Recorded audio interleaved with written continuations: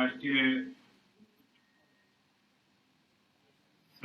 कृषि विस्तार प्रबंधन संस्थान सहकारी प्रबंधन संस्थान भोपाल द्वारा देसी लोगों के लिए, देसी हो ना, है? देसी लोगों के लिए देशी प्रशिक्षण का कार्यक्रम रखा है और सभी स्वदेशियों को मैं बधाई देता हूं कि आप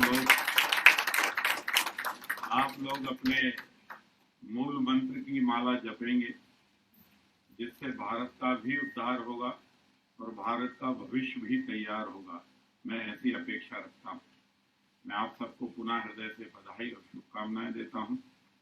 इस अवसर पर आदरणीय डॉक्टर अमित मुदगल साहब, जो इस कार्यक्रम के निर्देशक हैं, आदरणीय अहरवार साहब, आदरणीय सुमन प्रसाद जो परियोजना आत्मा हैं, आदरणीय कुलश्रेष्ठ साहब, आदरणीय टीजी सुरंग सर साहब और उपस्थित अजय, अभी जो वितरण करा रहे थे अजय गौतम जी, अन्य जो आपके इसमें कार्यक्रम में या अधिकारी कर्मचारी होंगे जो भी इनने सहभागिता निभाई होगी, वो सब आप सभी को मैं हृदय से बधाई और शुभकामनाएं देता हूं। मैं भी इस संस्थान में आज यहाँ पहली बार आया हूँ, तो और आप सब 28 कितने लोग 28 लोगों के दर्शन हुए और मैं समझता हूँ कि 28 लोग लगभग 28 जिले से नहीं हो गए तो 10-12 जिले से तो हो गए, 28 ही जिले से हैं, 10-12 जिले के लोग हैं। आप 10-12 जिले के लोग हैं तो आपको जो सिखाया गया होगा और जो आपने सीखा गया होगा, इसमें वैसे तो मूलतः कृषि आधारित सारी बातें हैं। तो कृषि तो आप मूल अगर किसान होगे तो बहुत सी चीजें तो आपको पता होगा, बस केवल उसमें तकनीकी रूप से उसको फिट करने का जरूरत होगी। किसान हो तो तुम्हें खाद का पता है, खाद डालना है। अब ये है कि कभी लाड़ में ज्यादा प्यार करने में खाद ज्यादा ना डाल दो, फसल भी चौपट हो जाए और धरती भी चौपट हो जाए, तो उसका मापदंड आपको दिया होगा कि भैया उस मापदंड के आधार पर ही इस खाद का आपको उपयोग करना है। अब वैसे तो ये जो रासायनिक खाद है ये भारत के लिए बीमारी है,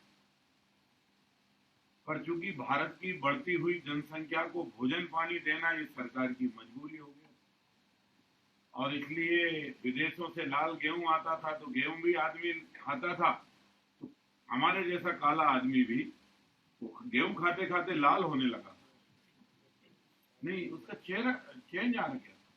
और इसका प्रत्यक्ष उदाहरण ये है कि अभी मोदी जी से पिछली गवर्नमेंट ने आवश्यकता पर भारत से बाहर का गेहूं बुलाया और वो गेहूं भी संयोग से लाल ही आ गया था, तो उसको जानवर खाते थे उनको भी दस्त लगते थे और आदमी खाते थे उनको भी प्रॉब्लम हो गई थी, इतना खराब गेहूं आया था।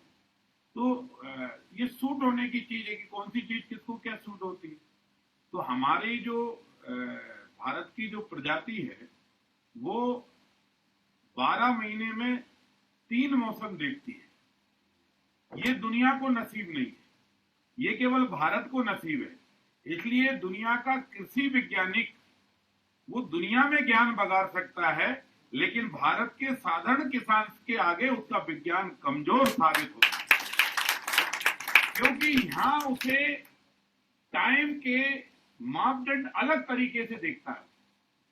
अब आजकल तो आप लोगों पर घड़ी है तो आप घड़ी के हिसाब से टाइम की बात करते हो, पहले किसान घड़ी के हिसाब से टाइम बात नहीं करता था, नहीं करता था। उसका टाइम था कितने बजे उसको कलेवा खाना है, कितने बजे भोजन करना है, वो सब टाइम उसके राइट थे। और जब सूर्य अस्त होता था तो वो बोलता था कि भैया सूरज 2 परेना बचा है, मतलब 2 घंटे का सूरज बचा है। जो 5 हाथ का जो उसका डंडा होता था वो 1 घंटा माना जाता था उसके लिए, उसके आधार पे उसका गणित फिट था और उसी आधार पे वो अपनी एग्रीकल्चर को करता था। और जब वो एग्रीकल्चर करता था तब आबादी कम थी, उत्पादन कम होता था पर ठोस होता था। आज हम दूध दलिया खाते हैं, एक्चुअल में बुरा मत मानना, उस समय ये दूध दलिया, ये वाला दलिया गाय भैंसों को खिलाया जाता था, आदमियों को नहीं खिलाया जाता था। आदमी को जिस गेहूं का दलिया खिलाया जाता था वो गेहूं पैदा होना भारत में बंद हो गया। ये तो जो नस्लें तैयार की गई हैं हम, ये जो हमने उसके ग्रेड रेडी किए हैं, ये जो गेहूं के नए नए आविष्कार करके नए नए नाम दिए, 306 कर दिया और क्या क्या नाम है। अब भोपाल में तो, क्योंकि मेरी तो एग्रीकल्चर कॉन्सेंट्री भी आधी है आधी शहरी है, तो भोपाल के लोगों को वो सरबदी कह के टिका जाते हैं, जबकि पूरे भोपाल में सरबदी होती ही नहीं। मैडम ठीक बोल रहा हूं ना? अब वो 1544 है कि 1148 से मुझे नहीं मालूम लेकिन पूरे भोपाल में सरबदी होती ही नहीं है। यहाँ सरबदी भी सीहोर के कुछ गांवों में और आष्टा के कुछ गांवों में होती है और विदिशा के कुछ गांवों में होती है, और मुंबई तो इससे और महान है, उसे तो कहीं का भी माल भर के ले जाओ, केवल चमकना चाहिए। एक्चुअल में अब आदमी क्या हो गया ना, अब स्मार्टनेस पर हो गया, अब उस पर उसकी क्वालिटी का फर्क नहीं है, अब तो उसकी स्माइल का फर्क है कि आप कितने स्माइल हो। ऐसे ही वो पपीता भी, एक आजकल एक जाम आता है, जामफल आ गया इतना बड़ा, वो एक जगह से आए तो 1.5 किलो का अकेला था, तो मैंने कहा पूरे मोहल्ले को बुलाएं कि पूरे घर को बुलाएं। अब वो पहले तो उसकी शकल देख के तो ऐसा लग रहा था कि यार अकेले खाना चाहिए, इतना खूबसूरत दिख रहा था और बढ़िया स्टाइल से पैक होके भी आया था। तो जब उसकी पहली फाक हुई खाई तो लगा कि इसको जितने जल्दी बांटा जा सके उतना अच्छा, क्योंकि सब लोग अगर इसके स्वाद के बारे में बता देंगे तो कोई नहीं खाएगा, इसलिए दूसरा आदमी इसके बारे में कुछ बोल पाए इसके पहले उसको दे दो कि खा लो भैया, अच्छी चीज आई है, बढ़िया फल है। अब ये चल निकला है, अब ये क्योंकि तुम्हारा बिजनेस का पार्ट है, तुम ये सब बताओगे तो किसान तुम पे भड़क जाएगा, उसे तो आमदनी दुगनी करनी, आमदनी दुगनी करने में हम अपनी पीढ़ी की आयु कम कर रहे हैं। हम अपनी इनकम तो बढ़ा गए लेकिन हम अपनी पीढ़ी की उम्र कम कर रहे हैं। ध्यान रखिए, ये खान पान से जिंदगी का बहुत बड़ा सवाल है। आज भी इस देश में 100 साल के वो दादा टहल रहे हैं जिन्होंने एक भी फल नहीं खाया, केवल गेहूं की रोटी खाई, चावल खूब सूता, दूध खूब पिया, और जब डॉक्टर ने कहा दूध नहीं पीना, घी नहीं खाना, तभी डॉक्टर को 2 शुद्ध देसी दी। समझ गए ना, गांव की जो तक भाग हम ठीक बोलेंगे और वो ठीक हैं, लेकिन आज मेरा और तुम्हारा भरोसा नहीं है कि कब टहलते ही हुए चले जाएं। आज सबसे ज्यादा खान पान के कारण सबसे ज्यादा कोरोना के भी अगर ग्रसित हुए तो युवा हुए, क्योंकि आज पिज्जा आधारित जिंदगी है। पिज्जा आधारित जिंदगी मतलब जो रासायनिक का 20% 30% हम खेती में डाल चुके थे, उसको पिज्जा बनाते बनाते वो 80% पर पहुंच गया। पहले तो अब इतनी महिलाएं बैठी है, मुझे नहीं मालूम है कि इनको वो सौभाग्य प्राप्त हुआ कि नहीं बिना फ्रीज के रहने का। सौभाग्य प्राप्त हुआ आपको बिना फ्रीज के रहने का? अब तो 4-5 दिन तक घर में कभी कभी आटे ही लगते नहीं देखते हम। आटे की उम्र कितनी है? मैं किसी का हूं 3.5 घंटे। रात्रि विसर्जन जैसे करता है तो आटा समाप्त हो जाता है, उसकी जो विटामिन है, उसकी जो प्रतिरोधक क्षमता है वो खत्म हो जाती है। फल की प्रतिरोधक क्षमता खत्म हो जाती है। लेकिन पूरा हिंदुस्तान फ्रीज पर आधारित हो गया, कोई चीज हमारे पास ताजा नहीं है। सुबह जो दूध आता है वो गर्म करके रख दिया जाता है क्योंकि कल सुबह के काम आएंगे, तो वो भी एक दिन बासा ही पिया जा रहा है। तो हमारी जिंदगी कमोबेश बासी होती जा रही है। हमारी जिंदगी में ताजा कुछ नहीं बचा, बल्कि हम जो सांस ले रहे हैं, ना जाने वो पेड़ भी कितने उर्वरक से तैयार हुए हैं, कितने उनमें रासायनिक खाद डाले हैं और कैसी हवा दे रहे हैं, उसका भी अभी कोई अंदाजा नहीं है। कोई शहर हमको दूर से बहुत ग्रीन दिखता है, और शहर के अंदर जब हम प्रवेश करते हैं तो वो सबसे ज्यादा घातक दिखता है, सबसे ज्यादा बीमारी का कारण दिखता है। और इसलिए आप सब पर एक मोटी जवाबदारी है कि रोजगार को स्टेब्लिश करो, लेकिन भारत की ऊर्जा को भी स्टेब्लिश करो। ये आपके पास नैतिक जवाबदारी है। और मैं ये मानता हूं कि आप अपने बिजनेस को बढ़ाते हुए इसको आगे बढ़ाना है। और कुछ चीजें अगर आप खुद एग्रीकल्चर करते हो, खुद अगर किसान हो, तो एक आध चीज प्रयोग अपने उसमें भी करिए और उसको समय रहते दिखाइए। जैसे इनने 48 हफ्ते आपको बुलाया, तो ऐसी कोई चीज आपने फार्म हाउस अच्छा तैयार किया हो, कम जिसमें उर्वरक का हो या शुद्ध देसी खाद डाला हो, उस पर आपने तैयार किया हो। अहिरवार साहब वगैरह को मैं तो कभी कभी बुलाता रहता हूँ कि बताओ सर क्या किया, कोई नया खेत तैयार किया। मैडम को भी कहता रहता हूँ बताओ एक आध पंचायत में कुछ दिखाने योग्य है। साहब हमने वहां फलानी जगह 200 अमरूद लगाया। हमने कहा 200 अमरूद लगाया, उसने 1.5 लगा दिए। उससे क्या लाभ हुआ? उससे लाभ ये हुआ कि किसान की इनकम बढ़ गई, पर खाने वाले को तो कोई लाभ नहीं हुआ।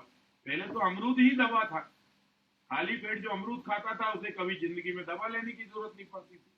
तो उत्पादन बढ़ा रहे हैं, उत्पादन बढ़ाना भी पड़ेगा। और आने वाले दिनों में इस बात का ख्याल रखिए कि जैसे अमूल ने, अब लोग अमूल के बारे में ना जाने कितना सोचते हैं, कितना जानते हैं। अमूल से बिना सोचे समाज एक कंपटीशन करने लगते हैं।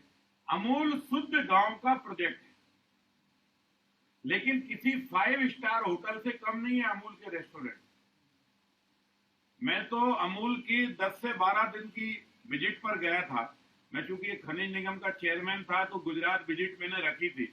उसमें मेरे निवास मैंने अमूल के रेस्ट हाउस रखे थे कि रहेंगे इनके रेस्ट हाउसों में। तो हमने जो होटलें की थी, हमने कहा होटलें नहीं करो, इन क्या रहेंगे, वहां जानकारी हमें कुछ बातचीत करनी है। तो छोटे छोटे गांव के लोगों ने गिर की गाय को खड़ा किया, और अमूल के दूध में 90% स्वदेशी गाय हैं, अधिकतर गिर की गाय हैं, भैंस हैं, ये हैं। ये इस दूध की तारीफ है।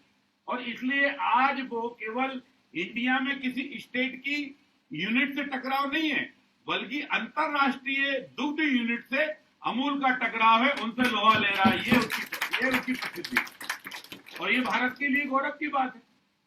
आज आम आदमी की चर्चा में कि अमूल अब क्या क्या प्रोजेक्ट बनाने लगा और कौन कौन से उसके क्षेत्र में विकास और डेवलपमेंट हो रहा है।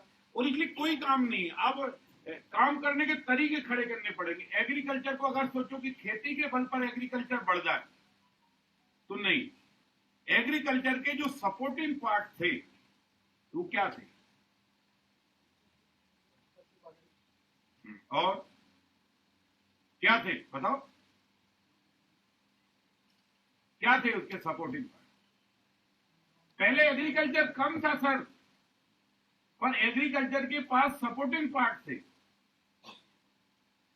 पशुपालन, एक कैसा पशुपालन, एक वो दुधारू पशु पालता था, एक वो खेती के उपयोग का पशु पालता था, और एक वो साथ में बकरी या घोड़ा पालता था।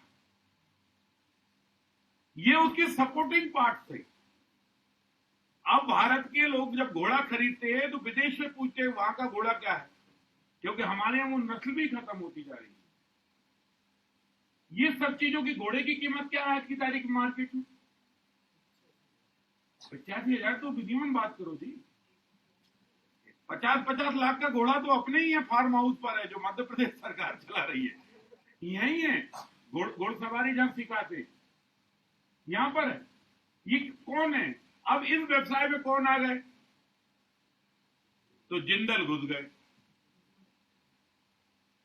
जिनने हल नहीं पकड़ा था उनने हल का सारा व्यापार पकड़ लिया, और हम समस्या लेके हल ढूंढने चल गए, जबकि समस्या बड़े लोगों के हाथ में हमारा व्यापार जाने से हो गई।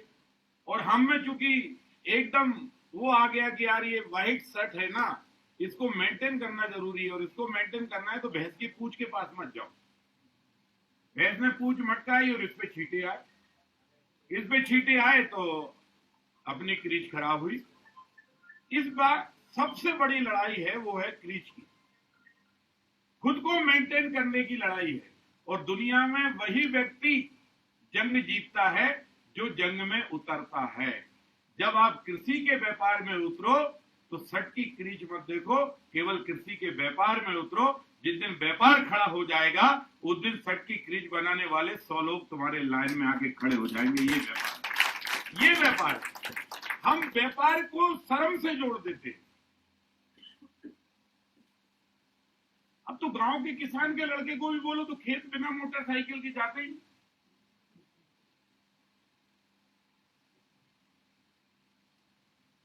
तो कैसे चलेगा? और इसलिए उत्पादन में आपका योगदान यह है कि इतने कृषि विस्तार अधिकारी नहीं है हम पर, इतने आत्मा के अधिकारी नहीं है हम पर, इतने सहकारी के अधिकारी नहीं है हम पर, लेकिन आप 8,000 लोग अगर मध्य प्रदेश में प्रशिक्षित होकर काम करेंगे तो 23,000 पंचायतें हैं हमारे पास। अभी 1,1200 और बढ़ी, 24,000 पंचायतें। अगर 24,000 पंचायतों में ये व्यक्ति 3 पंचायत भी अपने हाथ में लेगा तो मैं समझता हूं कि गांव की आबादी को 20% भी अगर लाभ हुआ और वो उन्नत खेती के साथ साथ एक स्वदेशी खेती करने लगा, और जिससे पशु भी बढ़ेगा, गौ माता की सुरक्षा भी होगी। अब सरकार को गाय का गोबर, अब गोबर खरीद रहे हैं हम, गोमूत्र खरीद रहे। क्यों? पशुधन बचाना है और खेती को स्वदेशी करना है। उर्वरक का डाला हुआ खाद हर 25 दिन में चेंज होता है। रासायनिक जो खाद है वो हर 25 दिन में चेंज होता है, और गोबर का खाद हर 25 दिन में मूल भावना में आता है। और गोबर के खाद की लाइफ कितनी है? गोबर की खाद की लाइफ है 5.5 साल, क्योंकि उसको जमीन के 3-4 पानी में तो वो ढंग से घुलता है। आप पूरा घोल के तो डालोगे नहीं, कई जगह सूखा गोबर निकलेगा, कभी कच्चा निकलेगा, वो पानी उस पर गिरता रहेगा, खेती में अल्टी पल्टी में जाता रहेगा, जमीन में कोई 2 फीट नीचे गया, कोई 1 फीट नीचे गया, कोई ऊपर रहा। कभी आप देखना, आपने 4 साल पहले कोई गोबर का खाद डाला होगा, अभी भी आप अपने खेत में निकलोगे तो भाई उसके गोबर के आधे आपको नॉर्मल जो गोबर गाय भैंस करती है उसकी डिजाइन में वैसा का वैसे मिल जाएगा। अब पुरातत्व का आदमी हो तो उस पर रिसर्च कर सकता है कि कितने साल पुराना है, हो सकता है कि भाई इतने साल पुराना ये गोबर है, वो इतने दिन चलेगा। और ये खाद कितने दिन चलेगा? ये खाद आप डालोगे, इसकी 25 दिन में नई डिमांड खड़ी कर देगा। आप कीटनाशक डालोगे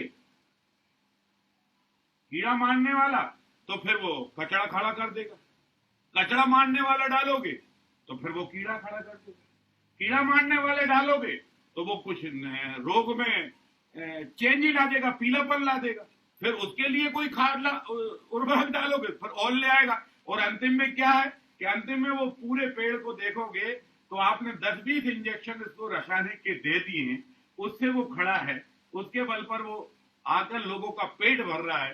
पेट भरा जा सकता है पर साफ आदमी को स्वस्थ नहीं रखा जा सकता। और दुनिया के लोग इस कंपटीशन में उतर गए हैं कि बड़े बड़े जो उद्योगपति हैं वो रासायनिक बिजनेस में उतर गए, और इसलिए ये बिजनेस धीरे धीरे हावी होता जा रहा है। मैं आपसे चाहूंगा कि आप धीरे धीरे एग्रीकल्चर के साथ फलदार पेड़, सब्जी भाजी का देखो, मार्केट से किसान सब्जी भाजी खरीद के लाता है, भोपाल में गुंडे बेचते। सुबह से उंगली में चूना लगा लेंगे, चौराहे पर खड़े हो जाएंगे, डलिया उतारेंगे किसान की और कहेंगे 1 2 3 20 रुपए की डलिया, और वही डलिया ठेले पे जाएगी तो 200 रुपए की हो जाएगी, और ठेले से जब वही घर घर जाएगी तो वही डलिया 500 रुपए की हो जाएगी। तो वो 500 रुपए का मालिक किसान क्यों नहीं बन सकता? ये चूना चाटने वालों का क्या हक अधिकार है कि तुम हमारे दलाल बनो? हम हमारा माल खुद बेचेंगे, हमारा माल बेचने तैयार है। हम तो क्या कर रहे हैं, हमने कहा है कि एक इनके पास जमीन पड़ी, हमने कहा आप कब्जा करो, सरकारी लैंड है, वहां धीरे धीरे एक ऐसी सब्जी फार्म हम तैयार करेंगे जो भोपाल में बिना रासायनिक के सब्जी बनाते हैं, फल बेचते हैं, ऐसे लोगों को फ्री ऑफ कॉस्ट देंगे और उनकी सब्जी मंडी लगाएंगे। आजकल इसका धरना चलने लगा, आजकल आदमी फैटी हो रहा है, बीमार हो रहा है। तो अभी तो प्रधानमंत्री जी ने मन की बात में अपील की है, वो कौन सा अनाज है, मोटा अनाज खाओ। फिर पहले ज्वार गरीब खाता था, अब ज्वार अंबानी साहब खा रहे। क्यों? ये जो गेहूं है एक्चुअल में ये हमारी उत्पादन नहीं है।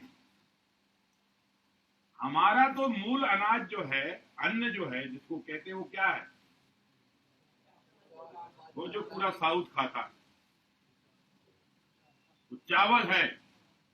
हमारा मूल जो अन्न है ये चावल है। ये 250 साल पहले इसकी उत्पत्ति हुई और करते करते आज पूरे विश्व में ये छा गया, और गेहूं गेहूं गेहूं चल के ये आ गया। हमारा मूल अन्न जो है वो चावल है, धान।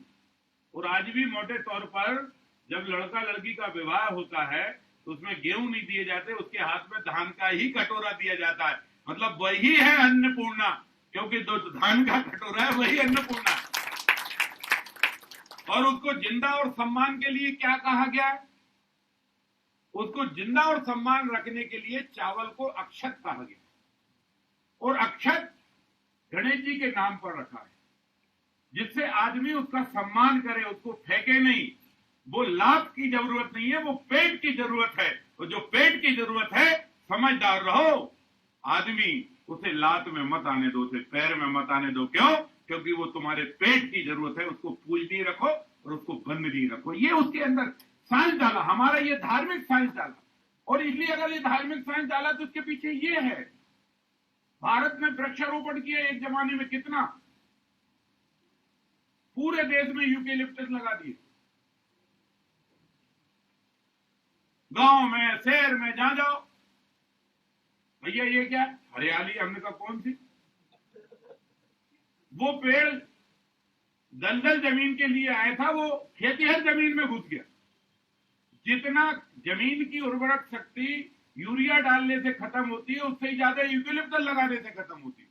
हमारी सागौन गायब हो गई, हमारा आम गायब हो गया, हमारे नीम गायब हो गया, हमारा शीशम गायब हो गया। और जल्दी क्योंकि सब कुछ जल्दी चाहिए, जल्दी इतनी पड़ी थी, तो उस जल्दी के चक्कर में हमने उठा के ये इस खड़ा कर दिया। और अब धीरे धीरे हम देखते, आज भी भारत में सबसे प्राचीन पेड़ है तो वो पीपल नाम का पेड़ है।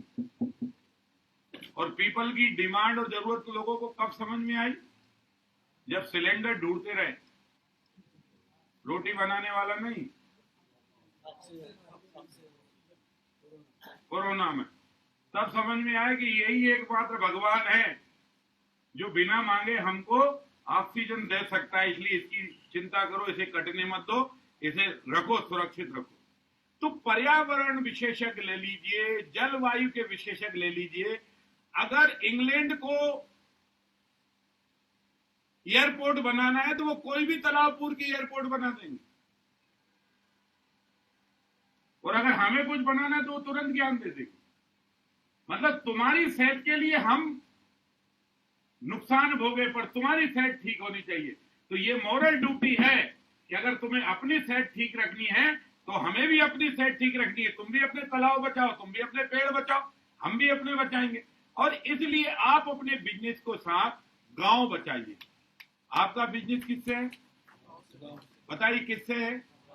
आप गांव बचाइए।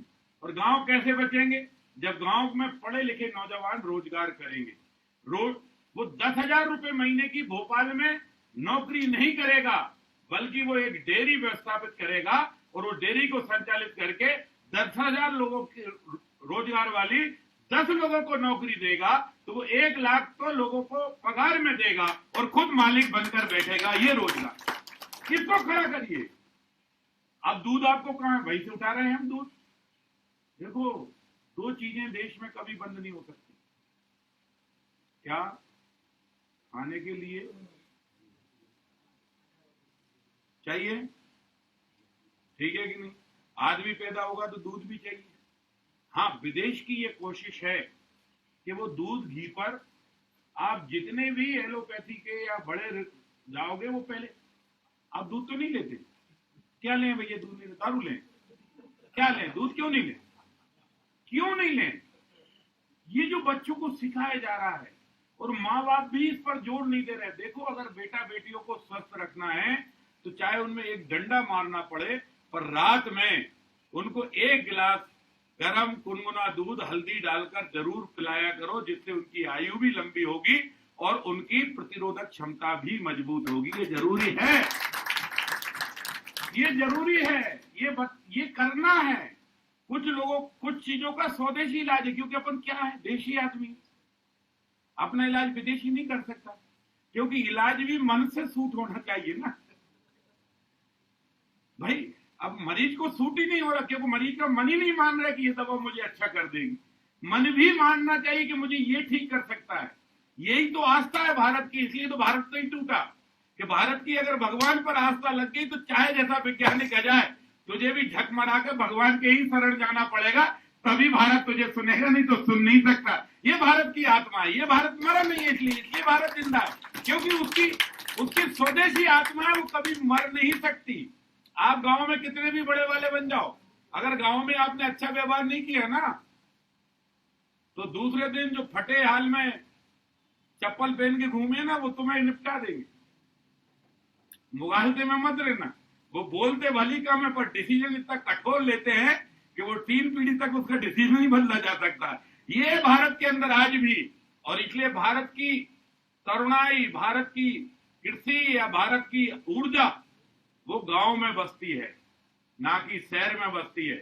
शहर विभिन्न जगहों से, गांव से उठकर बना हुआ एक विभिन्न जगह की कल्चर का एक नगर है, और गांव मेरे खेड़ापति द्वारा बसाया हुआ हमारी आत्मा है, जिसमें आज भी हमारे पूर्वज बसते हैं। और इसलिए उस आत्मा शब्द को आप पकड़िए। आप गांव के क्या बनिए? गांव के आत्मा बनिए, और उपदेश देने की बजाय प्रयोग करिए। प्रयोग से लोगों को समझाइए, क्योंकि ये देश प्रयोग से ज्यादा समझता है। किसी चीज पर भाषण दोगे तो नहीं समझा जाएगा, लेकिन किसी चीज पर करने लगोगे तो तुम्हें देखने 10-20 लोग जरूर आएंगे। अरे यार, ये तो बीएससी किया हुआ लड़का, देखो ये तो खेत में सुबह से सुबह पानी दे रहा है। जिस दिन बीएससी किया हुआ लड़का खेत में पानी देते दिखेगा ना, तो 10th 12th वाले अपने आप खेतों में चले जाएंगे, और जिस दिन वो अपने आप खेतों में चले जाएंगे, उस दिन खेतों की खुशहाली भी लौट जाएगी, स्वदेशी और देशी मापदंड भी खड़ा हो जाएगा। तब कृषि हमारी मजबूत होगी, और कृषि का आयु भी बढ़ेगी, और कृषि में इनकम भी बढ़ेगी। इसलिए अकेले गेहूं पैदा करने से कृषि नहीं होगी, हमें 3-3, 4-4 फसलों के मापदंड तय करने होंगे। हमें दूध की तरफ भी बढ़ना होगा, दूध के सपोर्टिंग भी हमें खड़ा करना होगा। आजकल भारत सरकार सब चीजों में मदद कर रही है, स्टेट गवर्नमेंट भी कर रही है। आप भेड़ बकरियों की डेयरी डालो, आप सुअर की डेयरी डालो, आप मछली उत्पादन करो, आप कुक्कड़ उत्पादन करो, क्योंकि किसी न किसी रूप में आदमी को बिजनेस के लिए खड़ा करना है। आदमी के पास जब इनकम होगी, आदमी के पास अपने हाथ में पैसा होगा, तो सब चीजें व्यवस्थित चलेंगी।